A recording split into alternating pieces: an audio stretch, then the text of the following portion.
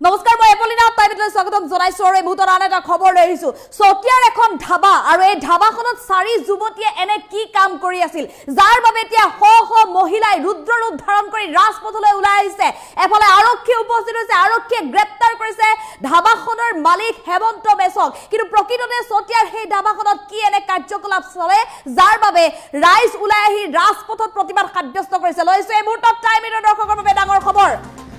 চতিয়াৰ ৰাজপথত শ মহিলাৰ প্ৰতিবাদ শ মহিলাই একেলগে প্ৰতিবাদ সাব্যস্ত কৰিছে চতিয়াৰ ৰাজপথত এখন ধাবাৰ গৰাকীৰ কুকাণ্ডৰ বিৰুদ্ধে উত্তাল প্ৰতিবাদ সাব্যস্ত কৰিছে এখন ধাবাৰ গৰাকীয়ে ধাবাখনৰ ভিতৰত এনে কি কাৰ্যকলাপ সংঘটিত কৰে যি কাণ্ড জানিলে আচৰিত হ'ব আপুনি আৰক্ষীয়ে গ্ৰেপ্তাৰ কৰিছে ধাবাৰ মালিক হেমন্ত মেছ সহ চাৰি যুৱতীক দীৰ্ঘদিন ধৰি ধাবাত বিভিন্ন অনৈতিক কাৰ্যকলাপ চলাই অহাৰ অভিযোগ হেমন্ত মেছৰ বিৰুদ্ধে চতিয়াৰ বিভিন্ন মহিলা দল সংগঠনে সাব্যস্ত কৰিছে তীব্ৰ প্ৰতিবাদ কোনো কাৰণতে চতিয়াত এনে কুকাণ্ড চলিবলৈ দিয়া নহব বুলি কঠোৰ সকিয়নি প্ৰদান কৰিছে এতিয়া মহিলাসকলে নদুৱাৰ ৰাজচক্ৰ বিষয়ৰ জৰিয়তে ৰাজ্যৰ মুখ্যমন্ত্ৰী ডক্টৰ হিমন্ত বিশ্ব শৰ্মালৈও প্ৰেৰণ কৰিছে স্মাৰক পত্ৰ অপকৰ্মৰ সৈতে জড়িত প্ৰতিজনক কঠোৰ শাস্তি দিয়াৰ দাবী জনাইছে প্ৰতিবাদকাৰী মহিলাই ডাঙৰ খবৰ আমি পুনৰ জনাইছো ৰাজ্যৰ কেইবাটাও প্ৰান্তৰ সমান্তৰালভাৱে বিভিন্ন সময়ত এনে ধৰণৰ ধাবাসমূহত এনে অঘটন সংঘটিত হোৱাৰ বহু তথ্য পোহৰলৈ আহে আৰু এইবাৰ চতিয়াত অনুৰূপ ঘটনা সংঘটিত হৈছে চতিয়াৰ এখন ধাবাৰ বিৰুদ্ধে এনে ধৰণে মহিলা এতিয়া ৰাজপথলৈ ওলাই আহি শাৰী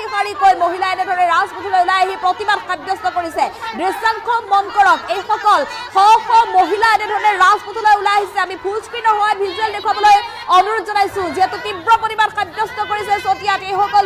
মহিলা ওলাই আহিছে দল সংগঠন ওলাই আহিছে সকলো ওলাই আহিছে প্ৰতিবাদ সাব্যস্ত কৰিছে হেমন্ত মেছ নামৰ এগৰাকী ব্যক্তিৰ বিৰুদ্ধে আৰু হেমন্ত মেছ নামৰ ব্যক্তিগৰাকীয়ে চতিয়াত এখন ধাবা খুলিছিল আৰু ধাবাখনত অনৈতিক কাৰ্য কৰাৰ অভিযোগ উত্থাপন হৈছে আৰু ধাবাখনলৈ একাংশ যুৱতী মহিলাৰ প্ৰায় সমাগম ঘটে আৰু একাংশ অচিনাক্ত লোকৰ সমাগম ঘটে প্ৰায় দেখিবলৈ পোৱা যায় ধাবাখনৰ সন্মুখত বহু বাহন আৰু সেই লোকসকলে ধাবাখনলৈ কি উদ্দেশ্যেৰে যায় এই মহিলাসকলে অৱশেষত ধৰা পেলাইছিল যাৰ বাবে চতিয়াত এনেধৰণে সৃষ্টি হৈছে উত্তপ্ত পৰিস্থিতি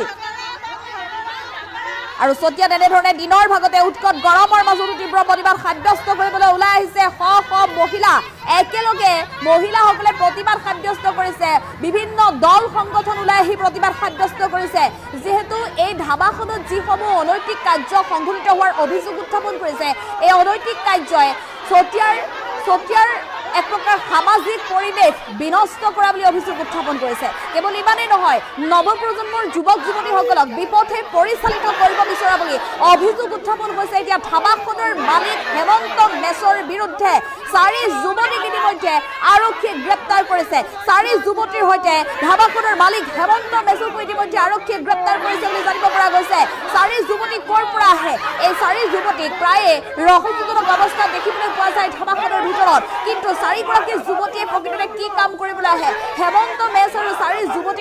যুৱতীয়ে মিলি এক প্ৰকাৰ ধাবাখনত এই অসামাজিক কিছু কাৰ্যকলাপ কৰি আছিল গতিকে এই কাৰ্যকলাপৰ বিৰুদ্ধে অৱশেষত ৰাইজ অতিষ্ঠ হৈ ওলাই আহিছে সেই অঞ্চলৰ বহু যুৱক বহু পুৰুষ এক প্ৰকাৰ বিপথে পৰিচালিত হৈছিল হেমন্ত মেছ নামৰ এইগৰাকী ব্যক্তিৰ ধাবাখনৰ বাবে হেমন্ত মেছ নামৰ এই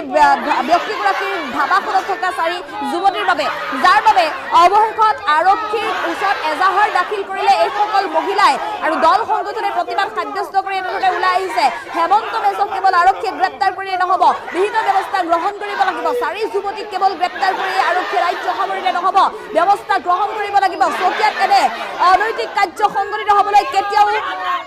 নিদিয়ে এইসকল চতিয়াৰ জনসাধাৰণে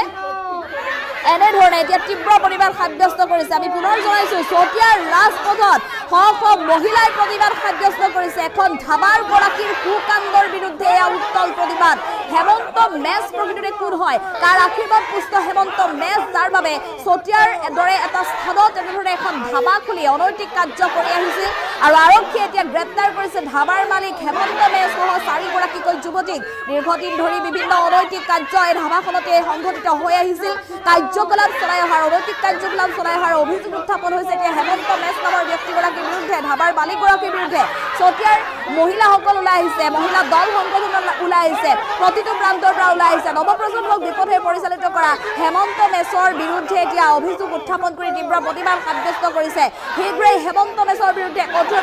ব্যৱস্থা যাতে গ্ৰহণ কৰে কোনো কাৰণত যাতে চতিয়াত কেৱল মাত্ৰ হেমন্ত মেছ বুলিয়ে নহয় কোনো ব্যক্তিয়ে যাতে এনেধৰণৰ অনৈতিক কাৰ্য কৰি সামাজিক পৰিৱেশ বিনষ্ট কৰিব নোৱাৰে তাৰ বাবে প্ৰশাসনৰ বিহিত ব্যৱস্থা গ্ৰহণ কৰাৰ দাবী উত্থাপন কৰা সমান্তৰালভাৱে নগৰ ৰাজস্ব বিষয়ৰ জৰিয়তে মুখ্যমন্ত্ৰী ডক্টৰ হিমন্ত বিশ্ব শৰ্মালৈ স্মাৰক পত্ৰ প্ৰেৰণ কৰিছে এইসকল মহিলা আৰু দল সংগঠনে অপকৰ্মৰ সৈতে জড়িত প্ৰতিজনক কঠোৰ শাস্তি দিয়াৰ দাবী উত্থাপন কৰিছে এতিয়া প্ৰতিবাদী মহিলাই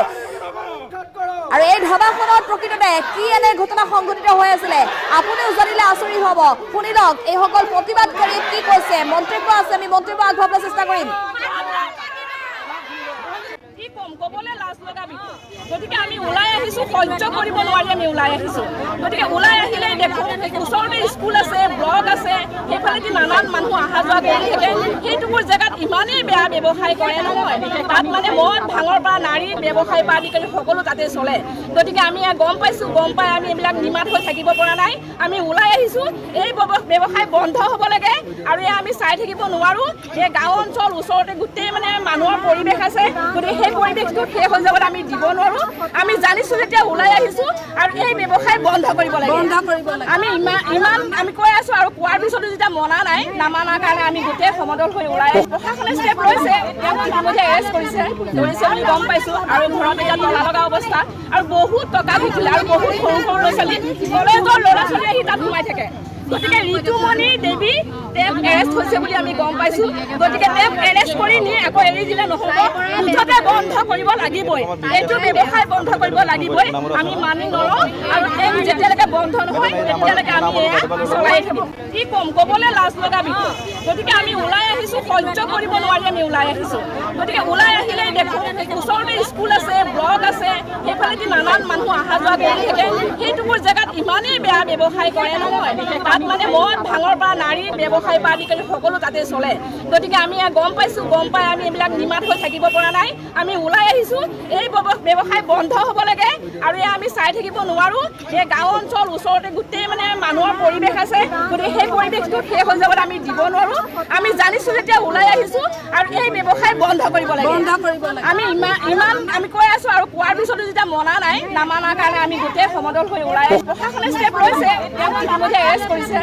বুলি গম পাইছোঁ আৰু ঘৰত এতিয়া তলা লগা অৱস্থা আৰু বহুত টকা ঘটিলে আৰু বহুত সৰু সৰু ল'ৰা ছোৱালী কলেজৰ ল'ৰা ছোৱালী আহি তাত সোমাই থাকে গতিকে ঋতুমণি দেৱী তেওঁক এৰেষ্ট হৈছে বুলি আমি গম পাইছোঁ গতিকে তেওঁক এৰেষ্ট কৰি নি আকৌ এৰি দিলে নহ'ব মুঠতে বন্ধ কৰিব লাগিবই এইটো ব্যৱসায় বন্ধ কৰিব লাগিবই আমি মানি নলওঁ আৰু তেওঁক যেতিয়ালৈকে বন্ধ নহয় তেতিয়ালৈকে আমি এয়া চলাই থাকিম কি ক'ম ক'বলৈ লাজ লগা বিষয় গতিকে আমি ওলাই আহিছোঁ সহ্য কৰিব নোৱাৰি আমি ওলাই আহিছোঁ গতিকে ওলাই আহিলেই দেখোঁ ওচৰতে স্কুল আছে ব্লক আছে সেইফালেদি নানান মানুহ অহা যোৱা কৰি থাকে সেইটোবোৰ জেগাত ইমানেই বেয়া ব্যৱসায় কৰে নহয় তাত মানে মদ ভাঙৰ পৰা নাৰী ব্যৱসায় পৰা আদি কৰি সকলো তাতে চলে গতিকে আমি গম পাইছোঁ গম পাই আমি এইবিলাক নিমাত হৈ থাকিব পৰা নাই আমি ওলাই আহিছোঁ এই ব্যৱসায় বন্ধ হ'ব লাগে আৰু এই আমি চাই থাকিব নোৱাৰোঁ এই গাঁও অঞ্চল ওচৰতে গোটেই মানে মানুহৰ পৰিৱেশ আছে গতিকে সেই পৰিৱেশটো শেষ হৈ যাবলৈ আমি দিব নোৱাৰোঁ আমি জানিছোঁ যেতিয়া ওলাই আহিছোঁ আৰু এই ব্যৱসায় বন্ধ